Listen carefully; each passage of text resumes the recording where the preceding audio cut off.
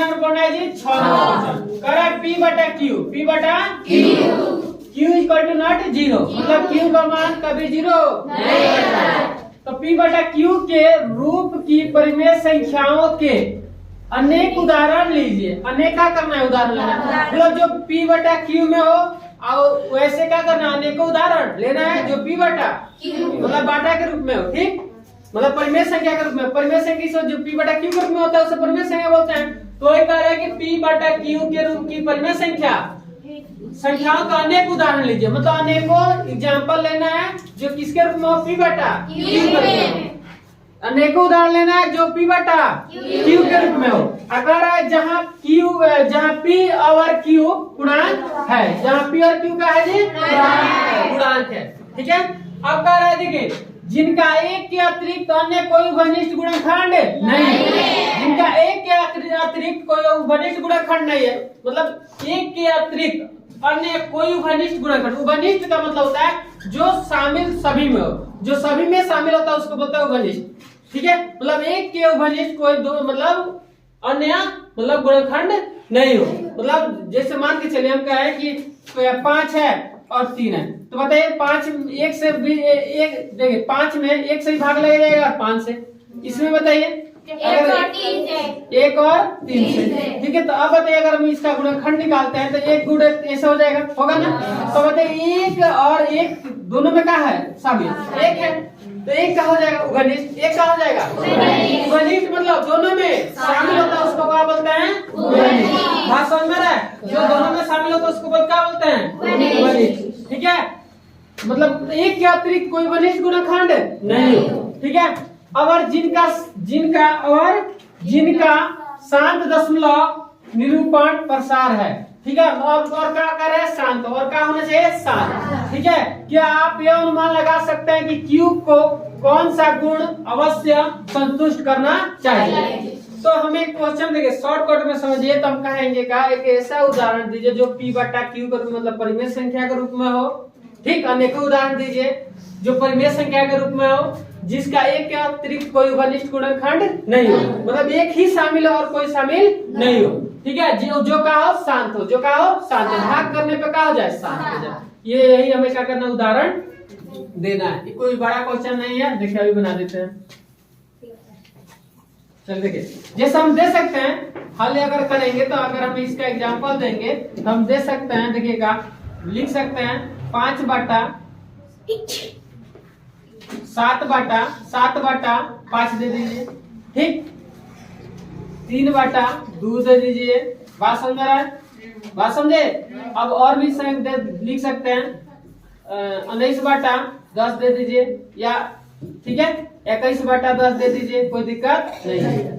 अब समझिए, अब इसका हम निकालते हैं। देखिए 7 में देखिए 1 से भी भाग लग जाएगा, 1 से भाग लगेगा, 7 से लगेगा, 5 में 1 से भाग लगेगा, 5 से लगेगा, तो दोनों में एक आ जाएगा, ठीक है।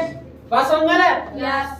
इस सभी में देखिए, अब इसको लेके देखिए 21 को लेके देखिए और 10 को ना, तो 21 को निकालेंगे तो क्या होगा जी, 1 गुणे मतलब 21 को अगर तोड़ेंगे तो 3 7 क्या आएगा, 7 कम 7, यही ना आएगा जी। तो 1 गुणे 3 गुणे 7, यही ना आएगा।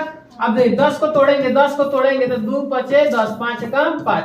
अब बताइए तो 2 गुणे 5 गुणे 1, यही ना आ रहा है। तो दोनों में क्या शामिल है, देख रहे हैं, एक घनिष्ठ एक ही ना हो रहा है और कोई नहीं हो रहा है। तो हम अनेकों उदाहरण अपने से ले सकते हैं, बात समझ में आ रहा है, अनेकों उदाहरण अपने से ले सकते हैं, ठीक है। तो हम भाग करेंगे, जब 5 से भाग करेंगे, 5 से भाग कीजिए किसमें, 7 में, 5 से भाग 7 में करेंगे तो क्या होगा, 5 का 5 क्या आ जाएगा जी, 2। यहाँ दशमलव बैठा देंगे, 0 लग रखेंगे ना, तो क्या होगा 5 चौका 20। भाग करने पर क्या हो गया जी, शांत हो गया, भाग करने पर शांत हो रहा है, शांत हो गया। फिर इसको भी भाग करेंगे किससे जी, 2 से किसमें भाग करेंगे, 3 में, तो 2 एकम 2, 1 आ गया, दशमलव बैठाइए, 0 बैठ लगाइए, 5 भाग किए तो कितना हो गया, शांत हो गया ना जी। आ रहा समझ में, बोलिए। तो ऐसे ही क्या करेंगे, यहाँ देखिए 19 में किससे भाग करेंगे जी, 10 से, तो 10 से कम 10 क्या आएगा, 9, यहाँ दशमलव बैठाइए, 0 बैठाइए, 9 मिनट में कट जाएगा ना जी। तो कहा गया 1.9। अनेकों उदाहरण ले सकते हैं, इसमें भाग करेंगे 10 से किसमें भाग करेंगे, 21 में, 10 दूना आगे कैसे भाग करेंगे तो 10 दूना 20, फिर क्या बैठाएंगे दशमलव, यहाँ क्या बैठेगा 0, 10 से कम 10, खत्म हो गया। तो कितना आ गया जी भाग करने पर 2.1।